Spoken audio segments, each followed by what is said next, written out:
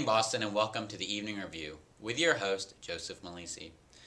Today in the news, thanks to efforts of activists, including Boston's own Coalition for the Right of Sea Creatures, the purple sea urchin has officially been removed from the endangered species list. In other news, Massachusetts state legislature has tirelessly been debating Proposition 419, which would outlaw the wearing of sunglasses between the hours of midnight and 5 a.m. This debate has been on the floor for 89 consecutive hours with no end in sight. In today's edition of Massholes Exposed, riders of Boston subway have been unruly as usual. We have a special report from field reporter Jack Sullivan from his experiences on Boston's public transportation system, the T.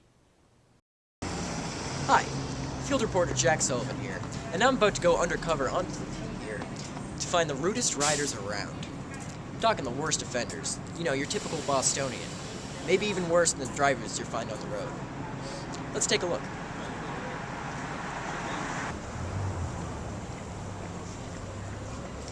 Formerly known as the Massachusetts Bay Transportation Authority, the T was originally founded in 1830 as nothing more than a railway from Boston to Lowell. As time passed, however, the T grew into a busy streetcar system, and is the oldest functioning streetcar system in the world. And by the turn of the 20th century, it had fully operating underground subway system.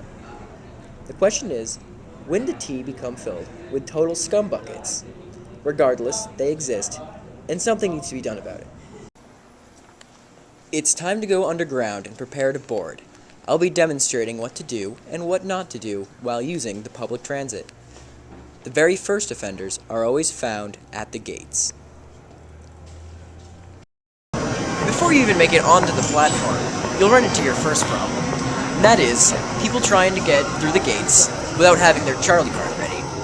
Instead, they hold up the line by fumbling through all their pockets, trying to find their Charlie card. Here's what you shouldn't do.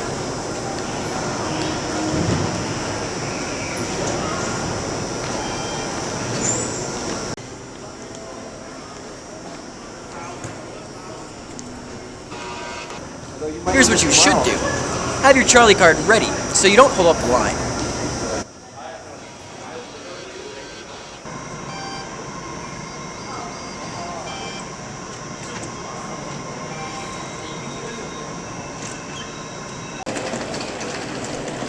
Our next stop is the platform. Here, everyone is in a rush to desperately make the next train. At times, things can get a little savage when people are fighting for a seat.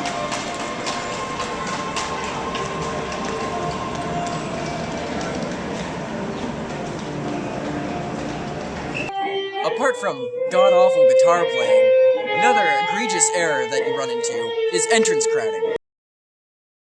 Entrance crowding is when eager passengers attempt to locate where the doors will stop, fight for a good position to be the first on the train, and stand in front of the doors.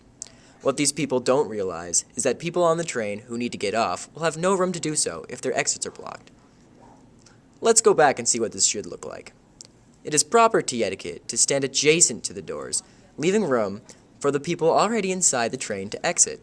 Once everyone is out, you are free to enter and make your way to your final destination.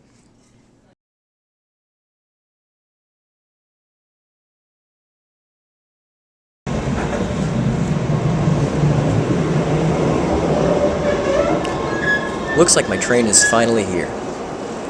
Let's see what offenders I can find on board.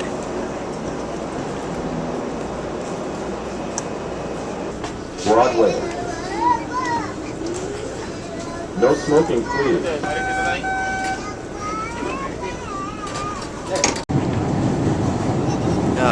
What an eventful day. I'm glad I have a chance to reflect on my way home. I can't wait to curl up on the couch with my cat. What's that?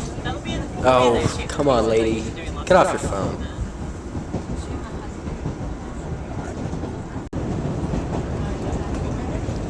Just because you have cell phone service on the T doesn't mean you need to use it. Often, it can get very crowded on the T, especially during rush hour. Seating can become very limited. Remember, priority seating exists for a reason.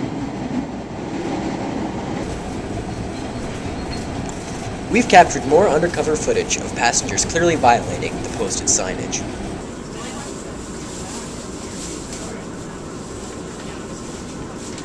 priority seating is for the elderly or people with disabilities. So get off your butt. And also, just because it doesn't say priority seating, gentlemen, chivalry is not dead. Get up and give your seat to a lady. Entering Central Square. Well, looks like I finally reached my destination. Join us next week when I uncover Boston's worst bus riders.